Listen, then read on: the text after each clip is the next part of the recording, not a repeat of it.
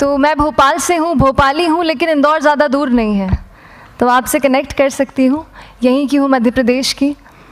सबसे पहले तो ये कहूँगी कि जैसा मैम ने बताया कि मैंने कैसे शुरुआत की, या स्कूल में थोड़ा सा दिमाग में था, तो हाँ, स्कूल में थोड़ा सा कहीं सोचा था, कहीं शायद पढ़ लिया होगा, कहीं सुन लिया होगा कि नहीं IAS ऑफिसर नाम की कोई चीज़ होती है।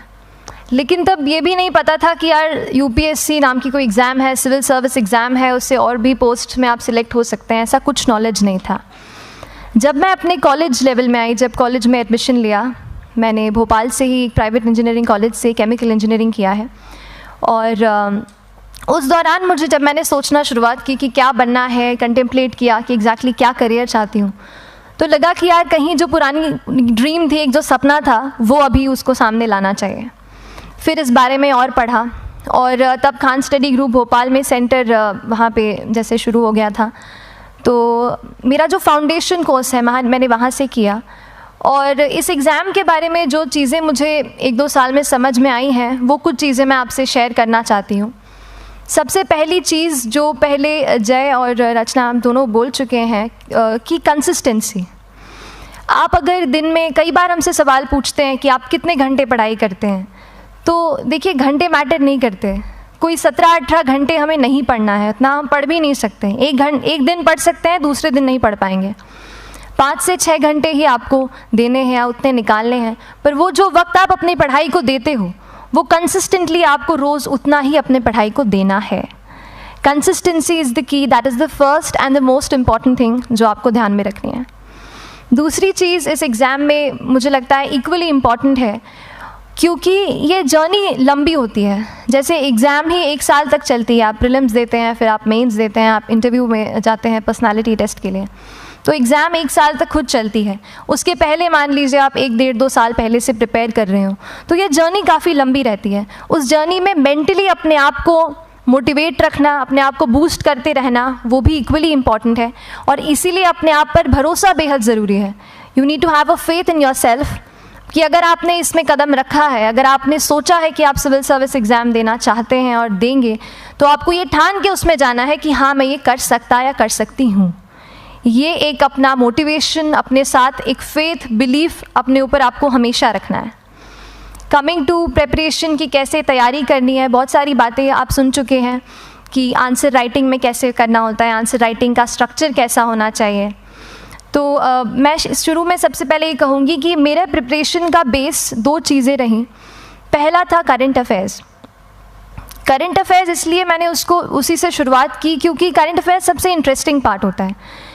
कई बार आपको हिस्ट्री कभी बोरिंग लगेगी, कई बार आपको लगेगा ज्योग्राफी इतना, कभी हर किसी के अपने अपने फेवरेट्स होते हैं। तो मुझे वो 2 सब्जेक्ट्स लगते थे कि यार इतना मन नहीं करता है, लेकिन न्यूज़पेपर्स और करंट अफेयर्स में जो भी नया चल रहा है वो मुझे हमेशा इंटरेस्टिंग लगता था।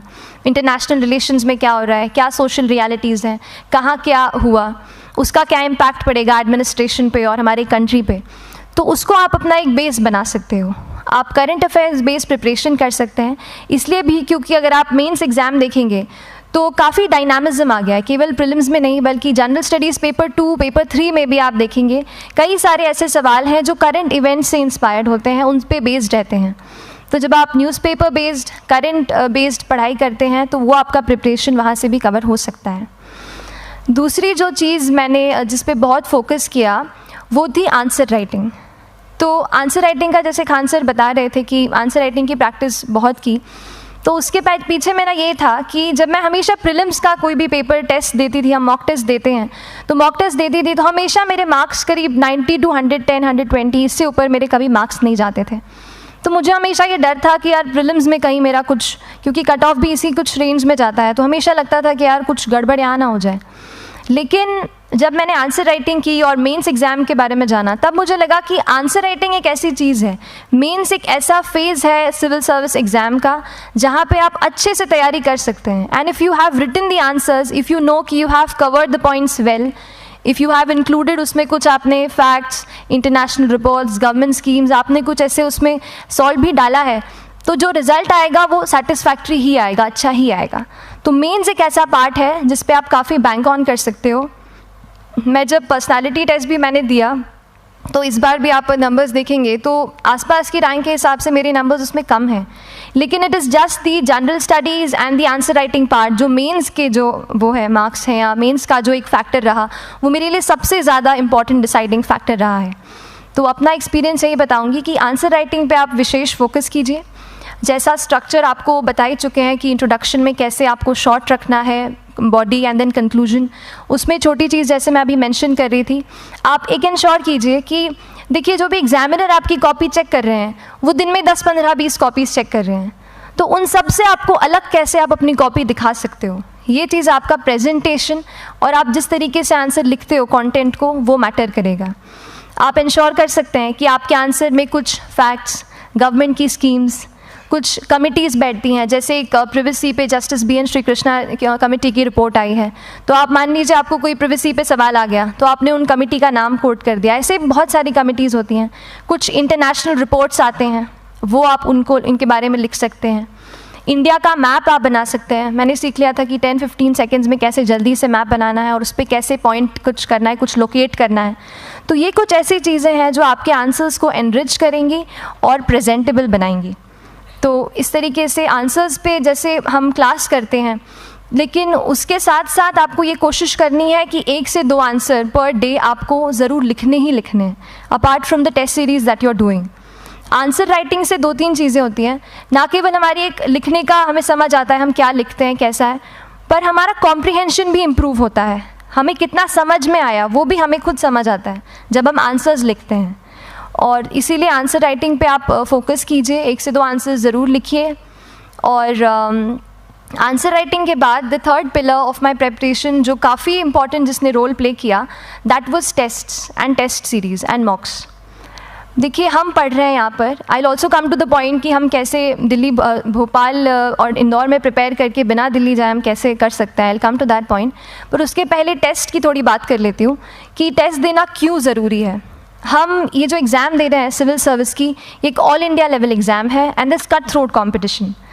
तो उसके लिए आप केवल पढ़ते रहें, सारी बुक्स, मटेरियल्स, स्टैंडर्ड ये करंट का सब पढ़ लें, लेकिन अगर आप ये नहीं जज कर पाए कि आपका क्या लेवल है at an all India level, तो चीज़ें समझ में आप नहीं, मतलब आप आगे नहीं बढ़ पाएंगे या सही डायरेक्शन नहीं पकड़ पाएंगे।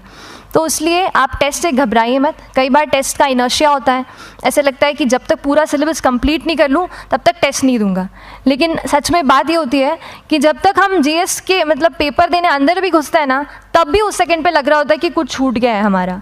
तो ये चीज़ होगी ही, इसीलिए ये मैं कभी मत सोचिए कि जब तक पूरा सिलेबस नहीं कर लूँ टेस्ट नहीं दूंगा। जैसे आपका एक थोड़ा बेस बन जाता है प्रिपरेशन का, आप टेस्ट दीजिए, चाहे वो प्रीलिम्स का MCQ का टेस्ट हो या मेंस का राइटिंग स्किल की प्रैक्टिस हो, टेस्ट पे आप फोकस कीजिए। उसके बाद टेस्ट केवल देने के लिए नहीं देना है, उसको एनालाइज भी अच्छे से करना है। When you get the answer hints, when you get the answer keys, analyse properly कि आपकी क्या गलती हुई है और उससे भी सीखने की कोशिश कीजिए कि क्या कुछ नया मुझे इस टेस्ट पेपर से या इस आंसर कॉपी से मिल सकता है। तो इस तरह से टेस्ट पे भी आप फोकस कीजिए। And I will come lastly to the point कि जब मैंने प्रिपरेशन शुरू की थी अपने कॉलेज के 2nd ईयर 3rd ईयर आते आते, तो मन में बहुत सारे फियर्स थे। मैं भी एक नॉर्मल फैमिली से हूँ, मेरे फैमिली में किसी ने आज तक सिविल सर्विस का पेपर भी नहीं लिखा था, तो मन में बहुत सारे फियर्स थे, डाउट्स थे, क्या होगा, कैसे होगा। तो हो सकता है आपके मन में भी ऐसा हो। और हम जैसे यहाँ रहते हैं, हम सोचते हैं कि दिल्ली जाना तो सबसे ज़रूरी है, उसके बिना तो ये एग्ज़ाम हो ही नहीं सकती। तो उस पर मैं एक चीज़ बताना चाहूँगी कि जैसे KSG जैसे इंस्टीट्यूट हैं, जो फैकल्टी भी हमें वही मिलती है जो दिल्ली में पढ़ा रहे हैं, तो ये एक बहुत पॉजिटिव पॉइंट है कि क्वालिटी का कोई दिक्कत नहीं आएगी। बस एक चीज़ है, आप ज्वाइन करते हैं class, that will only provide you a direction. वो आपका रास्ता दिखा सकते हैं आपको कि इस रास्ते पर आपको चलना है, लेकिन चलना उस रास्ते पे आपको खुद है। You have to work on your own. कभी ये मत सोचिए कि मैं वहाँ नहीं जा पा रहा हूँ तो नहीं हो सकता, यहाँ है, तो हम एक्सक्यूज़ेस बनाते हैं। कई बार चैलेंजेस आते हैं। तो मैंने कॉलेज के साथ प्रिपरेशन की, तो उसमें भी काफ़ी दिक्कत आती थी। कभी कभार कॉलेज की एग्ज़ाम होती थी तो इसमें मैं अपना उतना वक्त नहीं दे पाती थी। तो उस मोमेंट पे फिर प्लानिंग ने मुझे बहुत हेल्प किया कि हम किस तरीके से अपने कॉलेज के एग्ज़ाम के लिए प्लान कर लें। जैसे मैंने इंजीनियरिंग की है और मुझे पता है कि हम इंजीनियर्स 1 महीने से ज़्यादा पहले से पढ़ते नहीं हैं। पढ़ते हैं क्या? तो वो चीज़ आप ध्यान रख सकते हो, उसको अपना स्ट्रॉन्ग पॉइंट बना सकते हो। 1 से 1.5 महीना जब exam is approaching, I use to plan my entire syllabus का प्रिंट आउट निकाल के I use to make my notes, उस तरीके से उसको मैं उसको संभाल लेती थी।